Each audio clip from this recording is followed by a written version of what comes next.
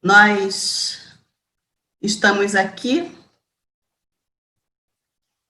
estamos recebendo o nosso companheiro Eduardo Ferreira, e ele vem do Centro Espírita Luz e Verdade, lá de Campo Grande, né, Eduardo? E ele vai falar conosco sobre o tema, nosso convidado, né, o especial desta noite, para falar conosco sobre produtividade com Jesus. É o tema que ele vai tratar para nós. Então, Eduardo, seja bem-vindo, que Jesus te abençoe e fique à vontade. Obrigado. Muita paz a todos, meus amigos. É uma alegria muito grande, muito especial poder estar aqui com vocês nessa noite, nesse momento tão brilhante que é o aniversário de uma casa espírita. Se é sempre motivo de muita alegria estar em uma casa espírita, ainda mais num aniversário de uma instituição. É sempre uma alegria redobrada, porque cada aniversário é demonstração de perseverança, é demonstração de dedicação, é demonstração de continuidade no trabalho a cada ano que passa. E Jesus disse que aqueles que perseverarem até o fim é que serão salvos. Ou seja, começar um trabalho é muito bom, mas dar continuidade e perseverar nele é que é o maior desafio. Então, que Deus nos abençoe a todos. Eu agradeço desde já o carinho do convite. É um privilégio, uma honra poder estar aqui com vocês. E parabenizar desde já a casa, a querida instituição Paulo Dimas e Madalena, pelo brilhante trabalho que realiza há tantas décadas, propiciando tanto bem a todos aqueles que batem à porta. Que Deus abençoe a todos. Muito obrigado. E a nossa reflexão dessa noite, como foi dito pela nossa irmã, produtividade com Jesus, que é uma palavra muito utilizada na atualidade, produtividade, e como que nós podemos nos tornar mais produtivos ainda na prática do Evangelho. Então, vamos traçar algumas reflexões a esse respeito. Que Deus nos abençoe e nos ilumine a todos. Quando nós falamos em produtividade, especialmente no mundo moderno, em que vivemos em um mundo agitado, em um mundo de tantas atribuições, de preocupações, de afazeres que todos nós temos, é conveniente pensar como está sendo a nossa atividade e, consequentemente, a nossa produtividade com Jesus. Como nosso Senhor espera que cada um de nós atue dentro da tarefa que Ele nos apresentou, porque cada um de nós nasce com uma tarefa. Cada um de nós tem uma missão, e dentro dessa missão que nós nascemos para desempenhar, como nós estamos desempenhando essa missão?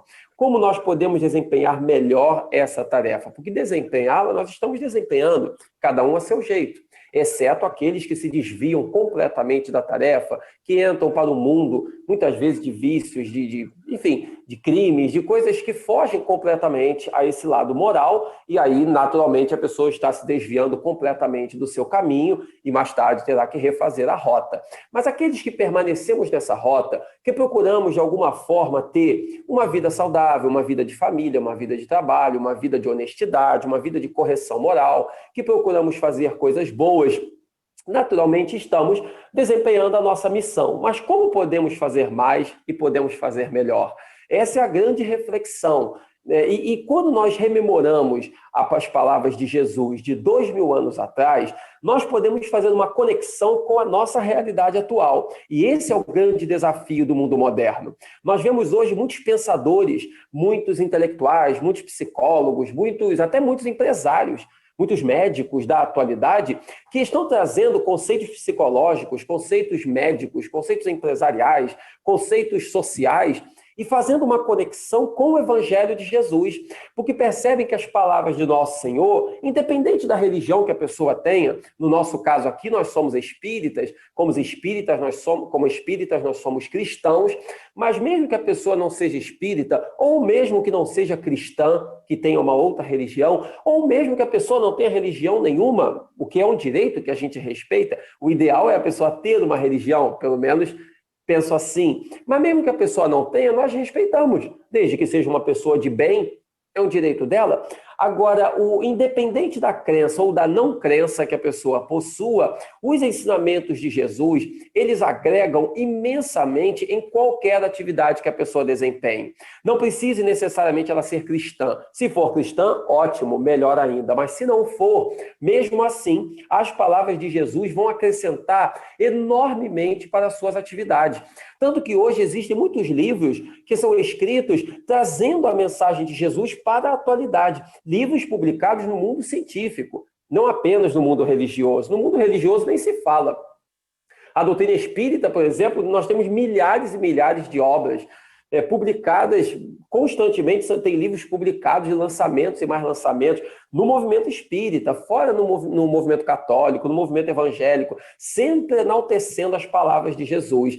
Mas, tirando nesse momento aquilo que é feito no mundo religioso, no mundo acadêmico, no mundo universitário, no mundo científico, nós vemos as palavras de Jesus sendo escritas, divulgadas, estudadas por pessoas que não têm um compromisso religioso, que não têm propriamente uma crença, mas que percebem nas palavras de nosso Senhor essa realidade de como as suas palavras aumentam a nossa capacidade de ação, aumenta a nossa capacidade de inteligência, aumenta a nossa capacidade de percepção, aumenta a nossa capacidade de produtividade, aumenta a nossa capacidade de ação. E é isso que o mundo moderno quer. Hoje nós temos inúmeras obras publicadas no campo da psicologia, no campo da psiquiatria, no campo da ciência, no campo empresarial, demonstrando como que as palavras de Jesus, aplicadas ao nosso dia a dia, onde quer que nos encontremos, não só aplicadas no nosso dia a dia, na casa religiosa, na casa espírita, mas aplicadas no nosso dia a dia em qualquer lugar, no nosso emprego, na rua, na família, onde quer que nos encontremos, aplicando as palavras de Jesus, como que a nossa ação se torna muito mais benéfica, muito mais produtiva, muito mais multiplicada, muito mais realizadora, quando essas palavras de Jesus são bem aplicadas. Para ser bem aplicadas, é necessário que sejam bem entendidas. Para ser bem entendidas, é necessário que estudemos, que venhamos a refletir, a compreender melhor. Quanto mais compreendemos, melhor nós aplicamos. E o alcance dessas palavras vem exatamente quando nós penetramos a profundidade dos ensinamentos, para aplicar essas ideias no nosso dia a dia. Porque se olharmos, retroagindo 2000 anos atrás, nós vamos ver que nosso Senhor, que foi o ser mais perfeito que já pisou na Terra, como Allan Kardec, no Livro dos Espíritos, colocou de forma tão sábia, quando ele perguntou para os espíritos, na questão 625, qual o tipo mais perfeito que Deus enviou à Terra para nos servir de guia e de modelo? E os espíritos responderam, Jesus. É uma das menores e mais objetivas respostas do Livro dos Espíritos. Qual o tipo mais perfeito que Deus enviou à Terra para servir de guia e modelo? E a resposta, Jesus. Pura e simplesmente. Poderia ter 1000 explicações, mas mais objetivo não poderia ser. O melhor modelo, o melhor guia, o melhor exemplo que a humanidade tem enviado por Deus é Jesus. Se esse é o melhor modelo, sigamos o modelo.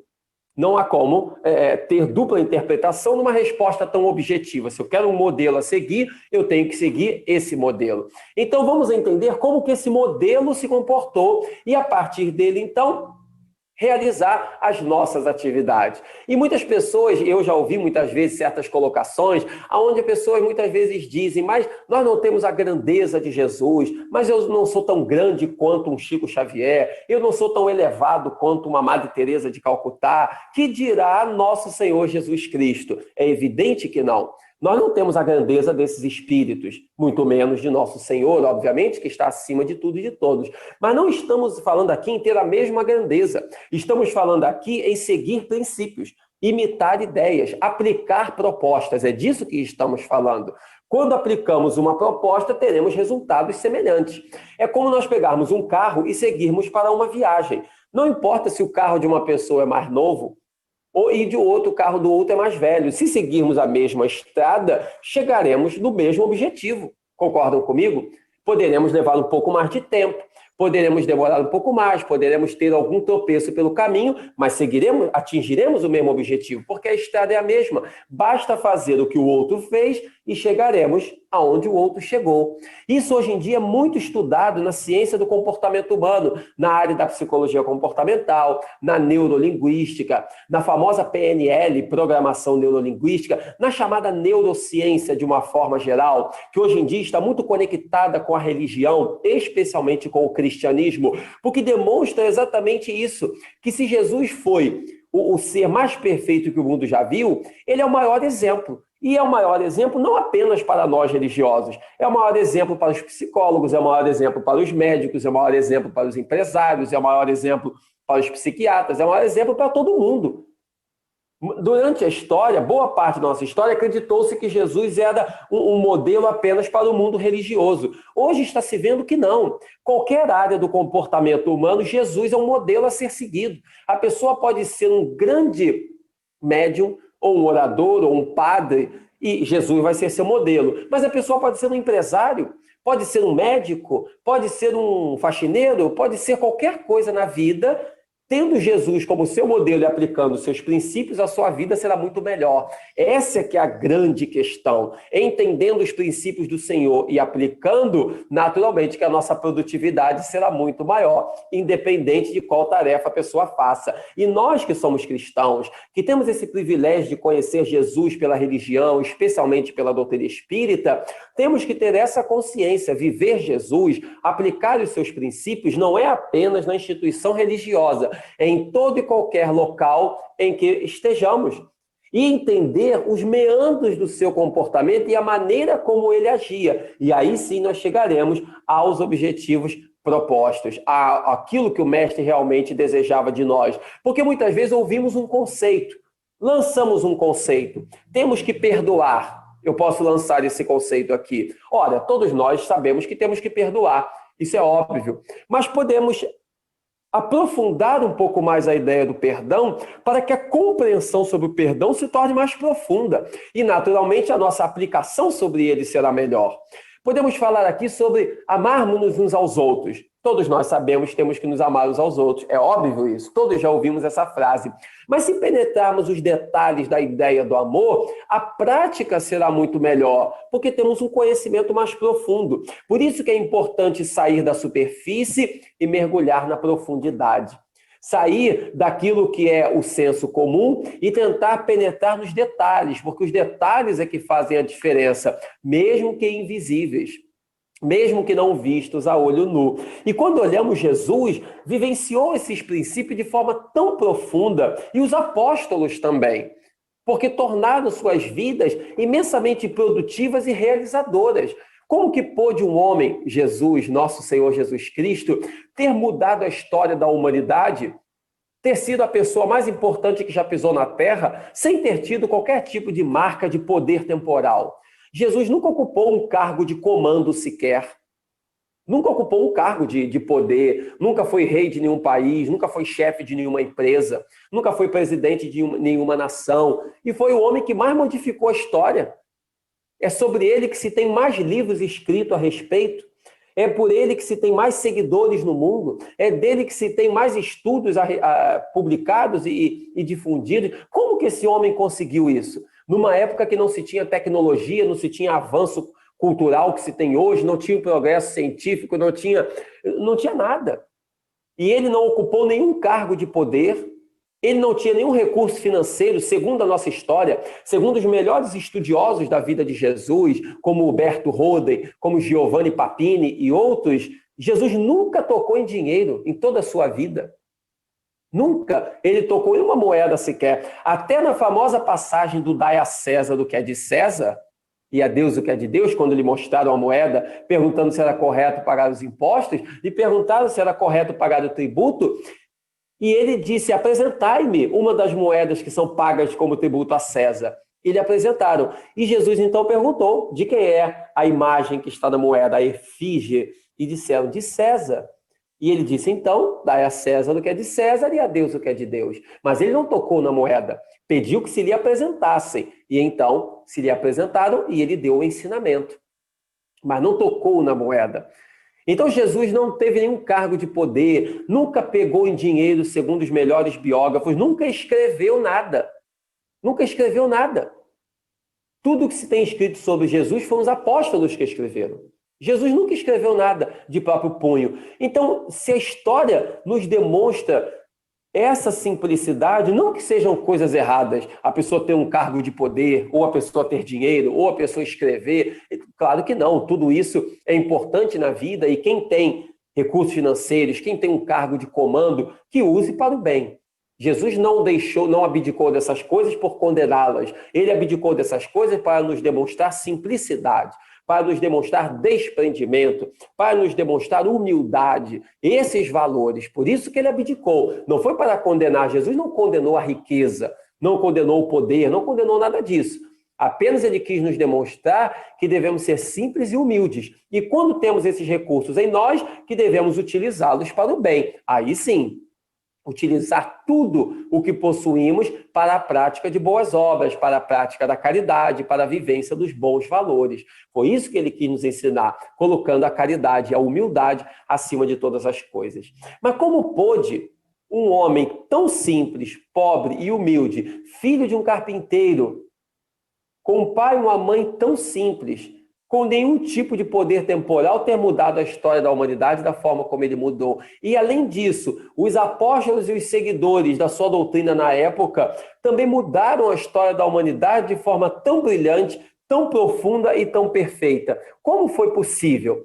E é necessário, então, que nós mergulhemos o pensamento nessa realidade para entender como que Jesus e os apóstolos, porque os apóstolos eram como nós, os apóstolos não eram espíritos tão elevados que fugissem muito da proximidade conosco. Eram espíritos mais amadurecidos. Quando olhamos para Simão Pedro, para Paulo de Tarso, para as mulheres como Maria de Nazaré, como Maria de Magdala, eram homens e mulheres que tinham um amadurecimento maior, mas não eram seres que se distanciavam muito da nossa condição atual, não. Eram seres muito semelhantes a nós. Basta ver que todos eles tinham muitas fraquezas. Judas traiu Jesus, traiu no sentido de ter entregue aonde Jesus estava, né? Nenhum de nós deve condenar Judas, ou, enfim, até hoje ainda existe esse absurdo de malhar Judas, e que é uma coisa completamente, enfim, desnecessária, sem sentido. Judas apenas se equivocou, mas era um irmão como qualquer um de nós, né? Ele entregou onde Jesus se encontrava. Pedro negou Jesus. Quando disseram que ele sabia onde Jesus estava, ele disse, não conheço.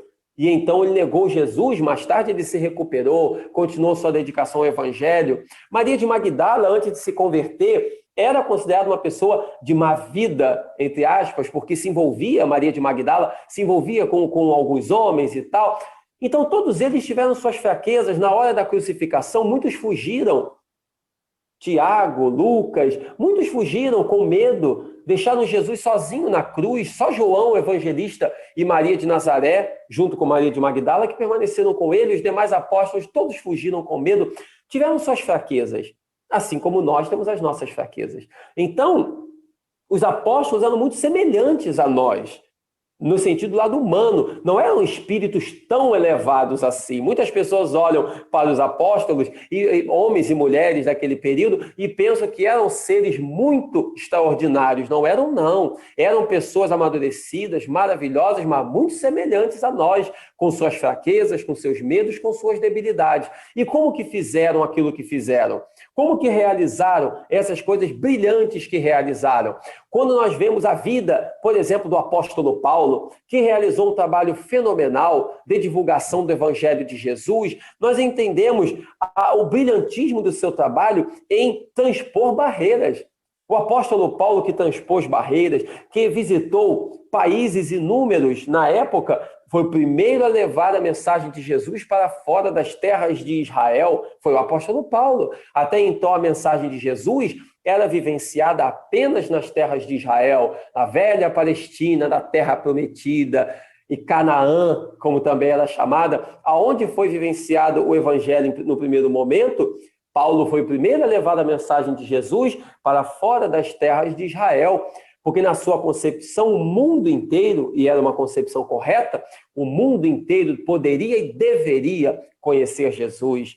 O que levou Paulo a levar para outras regiões, para países, num período onde não havia os meios de transporte tão facilitados, a tecnologia, a possibilidade de transporte, de comunicação, como nós temos hoje. Simão Pedro, por exemplo, quando nós olhamos Simão Pedro, que foi um dos fundadores, o principal da Casa do Caminho, a Casa do Caminho foi a primeira instituição cristã da humanidade. A primeira instituição cristã que o mundo viu depois que Jesus foi crucificado, eles tiveram a ideia de fundar uma instituição, porque Jesus, enquanto estava vivo, ele congregava em si os apóstolos e os seguidores do cristianismo. Ele era a instituição. Cristo era a figura viva da igreja na terra, a igreja com I maiúsculo, que simbolizava essa pureza do cristianismo, a sua vivência prática. Com a partida de Jesus, os apóstolos um pouco que se dispersaram. Então, sentiram a necessidade de erguer uma instituição, de erguer um local, um lugar, uma casa, para poder viver Jesus, para poder ler, estudar, atender os necessitados, crescer com o Senhor. E então fundaram a Casa do Caminho. Vários apóstolos colaboraram, capitaneados por Simão Pedro, que era o mais experiente dos apóstolos, mas por ali passou Lucas, passou Tiago, passou Estevão, passou o próprio Paulo antes de realizar o seu trabalho de pregação, ali que ele foi acolhido após a sua conversão. Simão Pedro mais tarde foi crucificado. João, o evangelista, continuou o seu trabalho, foi o único dos apóstolos que morreu de velho, foi João. Todos os apóstolos morreram um pouco mais cedo, perseguidos, ou uns crucificados, outros presos e tal, outros por doença. João foi o único que morreu de velho. Quando ele já nonagenário, foi já com 90 anos.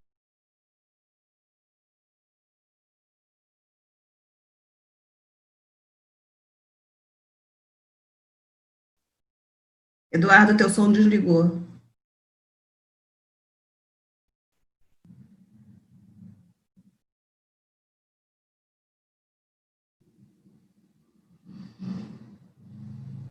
Então, escreveu o Apocalipse, o famoso livro, o belíssimo livro, que é o último livro bíblico, o Apocalipse, onde ele fala não do fim do mundo. O Apocalipse é o último livro da Bíblia, foi escrito por João, mas não é o fim do mundo, como muitos pensam, é a transição, é a transformação da Terra, que é o que nós estamos vivenciando agora, período de transformação, mas não tem nada a ver com o fim do mundo, com o fim da Terra, não tem nada disso, mas é um período de mudanças que estamos vivendo e que João já havia previsto há 2000 anos atrás, pelas visões mediúnicas, pelas inspirações que teve. Já nonagenário, ele teve essa visão. Outros, os apóstolos, morreram mais cedo, alguns perseguidos, crucificados. Tudo isso, os trabalhos que eles desempenharam, mas como pôde homens tão simples, tão humildes, sem as possibilidades que nós temos hoje. Hoje nós podemos abertamente falar de Jesus, hoje nós podemos nos reunir em nossas casas religiosas, nossas casas espíritas, ou nas igrejas, se houver alguém que não é espírita, que esteja nos assistindo, que é de outra religião, no fundo somos todos a mesma coisa, uma só família cristã. Hoje nós podemos nos reunir em nossas instituições tranquilamente, nós temos liberdade religiosa, nós podemos pregar e estudar, ir e vir. Naquela época não havia isso. A perseguição, eles poderiam ser presos por estar lendo o Evangelho ou por estar falando de Jesus, por estar pregando, poderiam ser presos e condenados à morte, porque era proibido ser cristão pelo Império Romano. Então a coragem da fé era imensa. A coragem da fé. Será que nós teríamos essa coragem hoje? Se fosse proibido ser cristão na atualidade, será que nós teríamos a coragem de falar de Jesus desrespeitando as leis por uma causa nobre? Será que nós teríamos essa coragem que eles tiveram? É uma reflexão que devemos ter para ver a medida da nossa coragem da fé. Mas voltando então, como foi possível homens e mulheres tão simples, tão humildes, ter realizado tantas coisas naquele período? E aí é que entra a proposta da produtividade com Jesus. Procurar fazer com que a nossa atuação seja mais profunda, seja mais realizadora. E vários conceitos na modernidade têm sido estudados sobre como melhorar a nossa produtividade. aumentar a nossa produtividade. Produtividade é um termo muito utilizado hoje a nível empresarial. As empresas, os treinamentos no campo profissional, se utiliza muito o termo produtividade. Mas, na verdade, esses conceitos são conceitos para a vida como um todo, não apenas para empresas. Afinal, um conceito que melhora o meu trabalho em determinado lugar vai servir para tudo. Assim como conceitos religiosos estão sendo utilizados hoje em dia em empresas, também conceitos empresariais podem ser utilizados no campo religioso. Não fugindo naturalmente da atividade religiosa, porque a atividade religiosa não visa lucro. Uma atividade empresarial visa lucro financeiro, a atividade religiosa não. A religião é apenas um trabalho voluntário, é um trabalho de dedicação ao bem, de desprendimento. Esse é o trabalho religioso. Religião não é para dar lucro para ninguém. Religião é para nós, de forma desprendida, servir a Jesus. Quando falamos que conceitos religiosos, empresariais e acadêmicos são semelhantes, estamos falando no sentido moral. A aplicação do comportamento moral para aumentar a nossa produtividade. Isso sim. Por exemplo, há empresas hoje em dia que praticam a meditação, que dão a meditação, escolas que aplicam a meditação nos seus alunos. A meditação sempre foi uma prática voltada para a religião. Hoje em dia é algo científico. Por quê? Porque se percebeu que isso colabora na produtividade dos trabalhadores, torna os trabalhadores mais tranquilos, mais serenos, mais amigos, mais harmônicos, logo melhora o trabalho. Então, conceitos de um e de outro, acadêmico, científico, empresarial, religioso, são conceitos semelhantes, desde que não fuja ao objetivo central, não transformar as nossas instituições religiosas em mundos empresariais que visam lucros e outras coisas mais, que aí fugiria da proposta, não é isso. A proposta da religião é caridade, é fé, é desprendimento, mas se nós pudermos utilizar conceitos para melhorar o nosso trabalho, tanto melhor. E hoje em dia, então, se utilizam muitos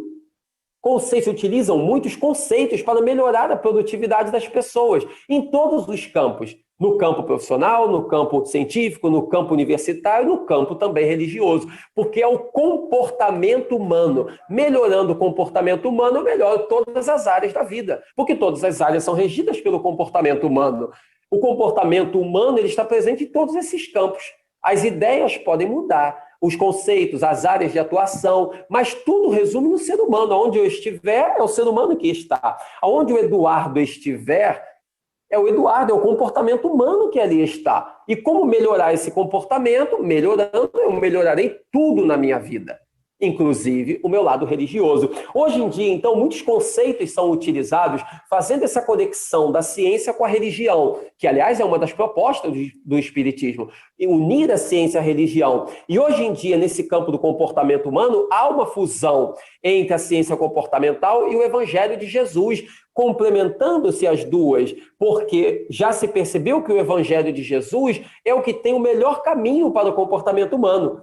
Então, trazendo esse conceito, nós aumentamos imensamente a nossa produtividade na vida e a nossa produtividade com Jesus. Então, algumas ideias na atualidade são muito trabalhadas, que selecionamos algumas para poder relembrar e fortalecer e refletir aqui com os amigos na noite de hoje. São ideias, são conceitos que poderíamos debater imensamente, que dariam um excelente debate em grupo e podemos amadurecer e marcar nesse sentido, porque são coisas que se amadurecem muito quando temos um debate grupal. Não há possibilidade desse debate agora, nesse momento, naturalmente, porque a proposta é outra. Mas, na primeira oportunidade, sempre que puder, os amigos trazerem esses assuntos em pauta, é sempre muito importante. Conceitos que melhoram a nossa produtividade.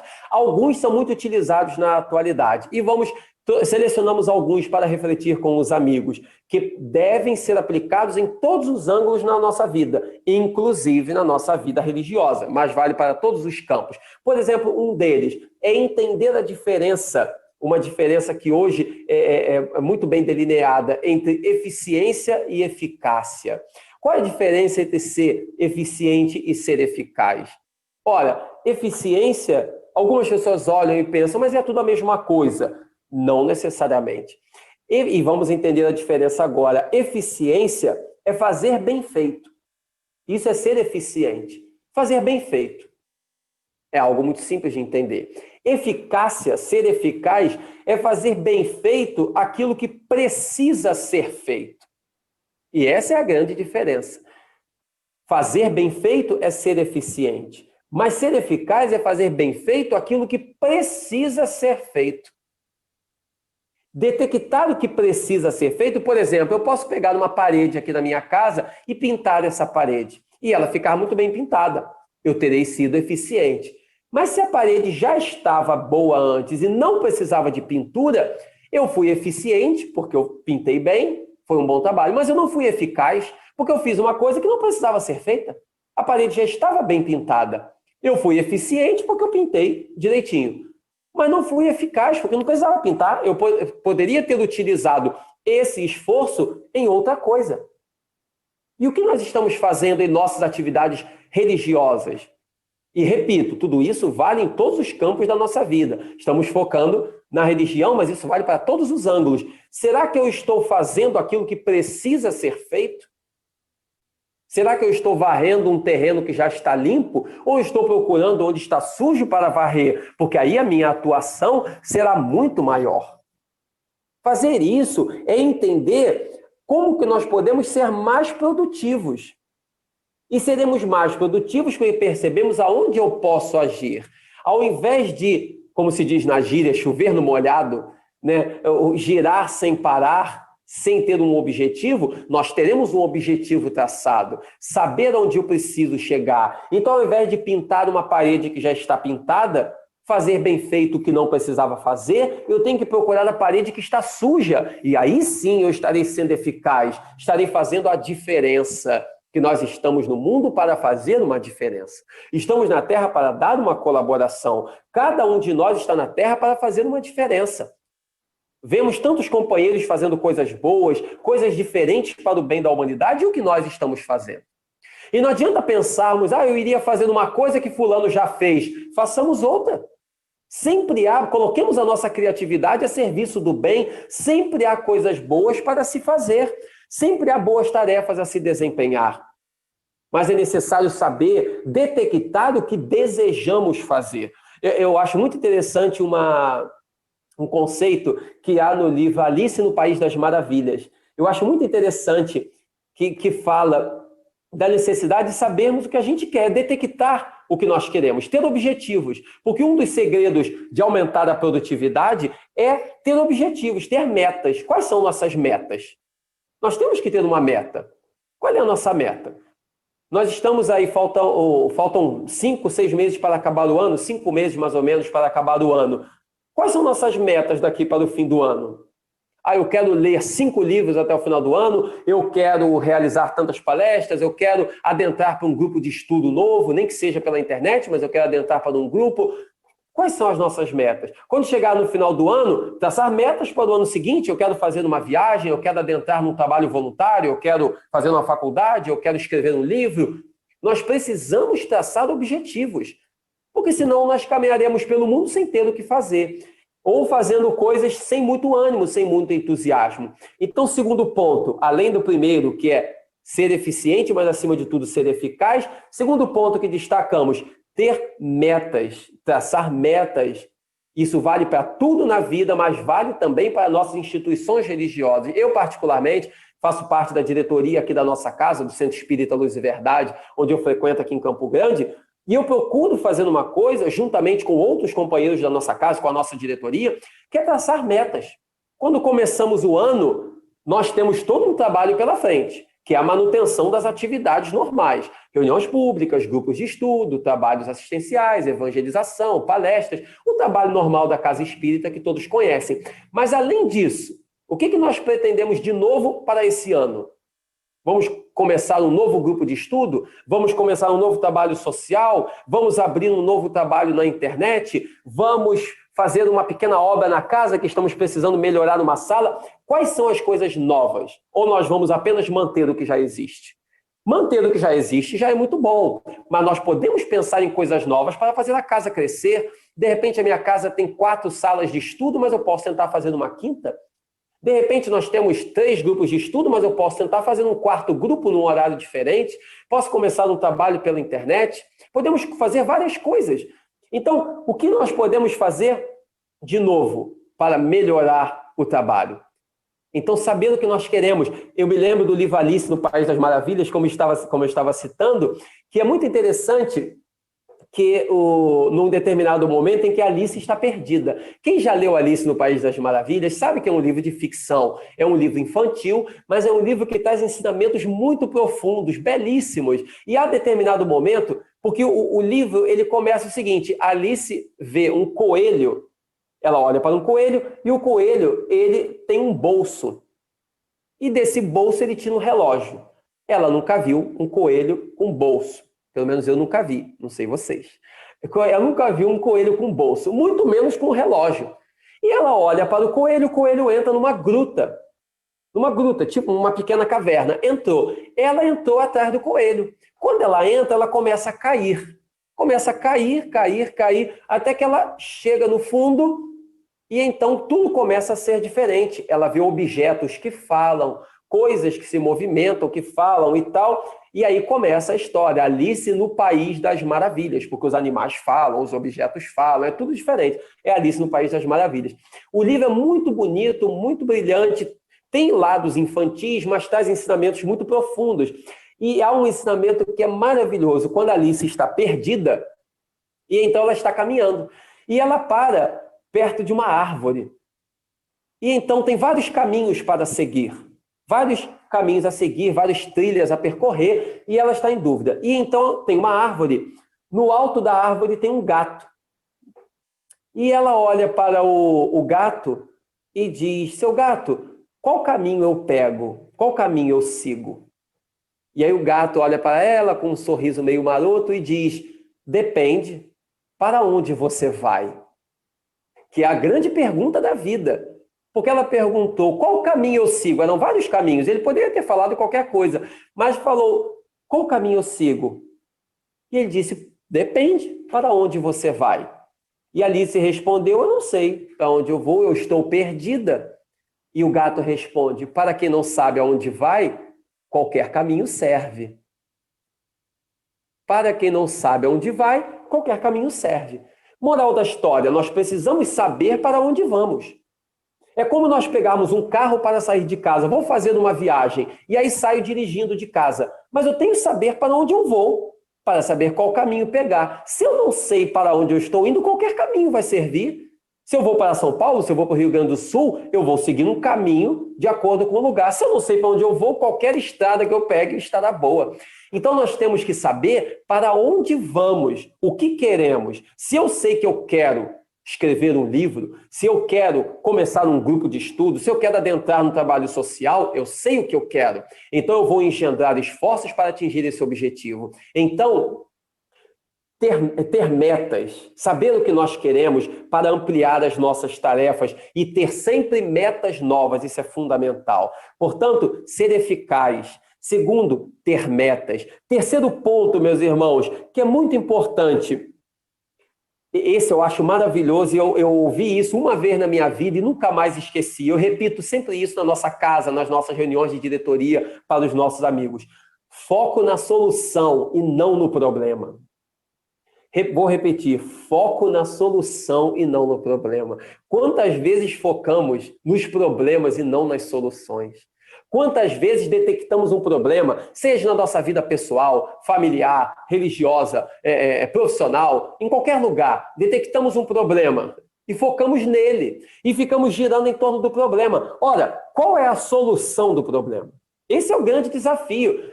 O problema, temos que detectar ele. Detectamos, ok, agora vamos focar na solução. Muitas pessoas focam no problema, mas não querem saber da solução. Eu já participei de algumas conversas que alguns companheiros falam de determinados problemas que surgem e eu digo, ok, qual a solução? E a pessoa, não, porque aconteceu isso, isso e isso. Mas o problema eu já sei. Eu quero saber como nós vamos resolver. Mas parece que o ser humano tem um certo prazer de girar em torno do problema. E nós temos que focar qual é a solução. Quando focamos na solução, meus amigos, isso tem um poder tão extraordinário. É como o sol batendo na estrada, batendo em determinado lugar, o sol irradiando. Se nós pegarmos uma lupa, uma lente de aumento e colocarmos contra a luz do sol, nós somos capazes de colocar fogo em alguma coisa. Por quê? Porque concentrou a energia. Da mesma forma, somos nós, quando nós detectamos algo para fazer e focamos a nossa energia naquilo, isso tem um poder de realização imenso. Se olharmos para a nossa vida, tudo que realizamos até hoje, realizamos porque tivemos foco, porque focamos a nossa energia naquilo. Focamos nas coisas boas. Tudo que fizemos até hoje, quantas coisas já fizemos que foram desafiadoras? Já tivemos um filho? Já fizemos uma faculdade? Já construímos uma casa? Quantas coisas já fizemos que foram desafiadoras que nós hoje olhamos para trás e dissemos como que nós conseguimos fazer? Como conseguimos superar tantos desafios e fazer? Como foi possível fazer isso? Como nós conseguimos fazer tantas coisas? Quantas coisas já realizamos e que olhamos para trás e dizemos isso? E nós superamos tudo. E superamos porque sabíamos o que queríamos e concentramos a energia naquilo. E foco na solução e não no problema. Então, ser eficaz, saber o que queremos, ter metas. Terceiro, foco na solução e não no problema. Quarto ponto que detectamos, que é muito importante para a nossa produtividade, o mais importante primeiro. Faça sempre o mais importante primeiro. As coisas, todos nós temos muitas coisas a fazer, mas temos que fazer o mais importante primeiro. Alguns companheiros que estão me ouvindo devem estar pensando, Eduardo, isso é óbvio. O mais importante tem que ser feito primeiro. Ok, mas nem sempre nós fazemos o mais importante primeiro. Muitas vezes deixamos o mais importante para depois. Às vezes eu estou participando em certas reuniões, até no movimento espírita mesmo, e alguns companheiros dizem assim, eu tenho um assunto muito importante, mas vamos deixar para o final. É o contrário. O mais importante tem que ser no início da reunião. Se nós estamos participando de uma reunião e temos um assunto muito importante a tratar, esse assunto tem que ser o primeiro da reunião. Porque se eu deixo para o final, pode ser que não tenha tempo para tratar desse assunto. Ou no final as pessoas estarão mais cansadas, estarão com pressa de ir embora e o assunto mais importante não terá a devida atenção. Então, vamos começar uma reunião para resolver alguma coisa, o assunto mais importante tem que ser o primeiro a ser tratado. Tratar o assunto mais importante em primeiro lugar. Tratando esse assunto mais importante em primeiro lugar, a reunião será muito mais produtiva. Se eu tenho 5 assuntos para tratar numa reunião, qual que eu trato primeiro? O mais importante. Porque se faltar no final, falta para os assuntos mais triviais, mas pelo menos o mais importante eu já resolvi. Ou seja, o mais importante primeiro. Se eu chego em casa e eu tenho algumas coisas para fazer, qual eu faço primeiro? A mais importante. Quantas pessoas têm tantas coisas para fazer e não sabem como fazê-las? Não sabe por onde começar. Ora, por onde que eu começo? Se você tem 20 coisas para fazer, escreva todas elas quais são, porque escrevendo a gente alivia a preocupação mental. Não precisa guardar tudo na cabeça. Há pessoas que guardam tudo na mente, estão cansando suas mentes à toa. A mente não foi feita para guardar um monte de lembrança. A nossa mente foi feita para produzir, para desenvolver a inteligência, não para ficar lembrando toda hora das mesmas coisas. Então, se eu tenho 20 coisas para fazer, escreve todas elas. E por qual eu começo? Pela mais importante. Resolvendo a mais importante, as outras vão se resolver naturalmente, até porque uma, muitas vezes, depende da outra. Resolvendo uma, eu vou resolvendo todas as demais. Então, meus amigos, o mais importante primeiro. Todas as vezes que eu coloco as coisas mais importantes primeiro, a nossa vida vai sendo muito mais produtiva, muito mais realizadora.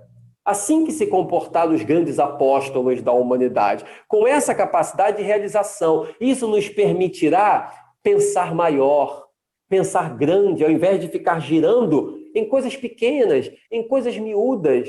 Pensaremos maior, pensaremos grande. Não é pensar grande no sentido exagerado, mas nos fará ter metas. O que eu planejo para a minha vida? O que eu planejo para a minha casa espírita? Para a minha vida pessoal? Quais são as minhas metas? Será que eu estou focando na solução? Será que eu estou colocando as coisas mais importantes primeiro? Quantas pessoas que focam na doença e não na saúde? E vivem doentes, porque estão focadas na doença. A pessoa só pensa em remédio, remédio, doença, remédio, doença. Por que não falar da saúde, buscar a saúde? Buscar alimentos saudáveis, hábitos saudáveis e falar da saúde? A saúde virá. Mas a pessoa só fala em doença e remédio, a pessoa fica doente porque ela está focada nisso. Fazer com que a nossa vida seja mais produtiva, mais realizadora nesse contexto. E isso fará com que venhamos a pensar grande, pensar maior. O que é outro ponto também importante da nossa produtividade, pensar grande. Não é pensar grande de pensar coisas mirabolantes, de meter os pés pelas mãos, como se diz na gíria. Não, é pensar grande no sentido de pensar, eu posso fazer mais. Eu posso desenvolver mais do que eu desenvolvo hoje. Se ontem eu podia fazer 2 coisas, hoje eu posso fazer 3, posso fazer 4. Se antes eu ia fazer uma obra na nossa casa espírita e só ia poder fazer numa sala, de repente eu posso fazer 2, de repente eu posso fazer 3. Claro, com o pé no chão. Não vamos fazer nenhuma loucura para arrumar problemas, mas podemos dar um passo um pouco maior com união, com planejamento, com dedicação, unindo os companheiros, delineando o que nós queremos. Com um planejamento bem feito, com uma organização bem feita, podemos pensar grande, podemos pensar maior. Eu vejo companheiros, muitas vezes, até mesmo no movimento espírita, com todo o carinho, eu não quero ser melhor do que ninguém, pelo contrário, estou sempre aprendendo com todos os amigos, mas eu já vi companheiros no movimento espírita que às vezes nós falamos assim, olha, a instituição é tão bela, é tão bonita, vocês poderiam fazer um outro trabalho, quem sabe melhorar isso ou aquilo e tal. Eu, apesar de novo, tenho uma relativa experiência, porque eu milito no movimento espírita desde a minha adolescência, sou espírita desde que nasci, e às vezes eu dou certas ideias, eu ouço, assim, de novos trabalhos, e eu ouço companheiros falando, Deus me livre, Eduardo, já faço tanto, já tenho tantas preocupações, que dirá fazer mais coisas. Como se fosse um problema. E não se está levando um problema, está se levando uma ampliação de trabalho. Não é um problema. Quando alguém diz pode-se fazer mais, a pessoa não está trazendo um problema, está trazendo uma solução. Está trazendo um desenvolvimento de tarefas, porque o nosso desafio é procurar fazer mais com menos. Não é fazer mais para a gente se estressar mais, não é isso. É fazer mais com menos. Ou seja, produzir mais com menos esforço. É a chamada lei do menor esforço, que nós temos que aplicar no nosso dia a dia, nas nossas atividades, inclusive em nossas atividades religiosas, espíritas. Fazer mais com menos é a lei do menor esforço. Algumas pessoas não entendem o que é a lei do menor esforço. Há pessoas que pensam que lei do menor esforço é preguiça.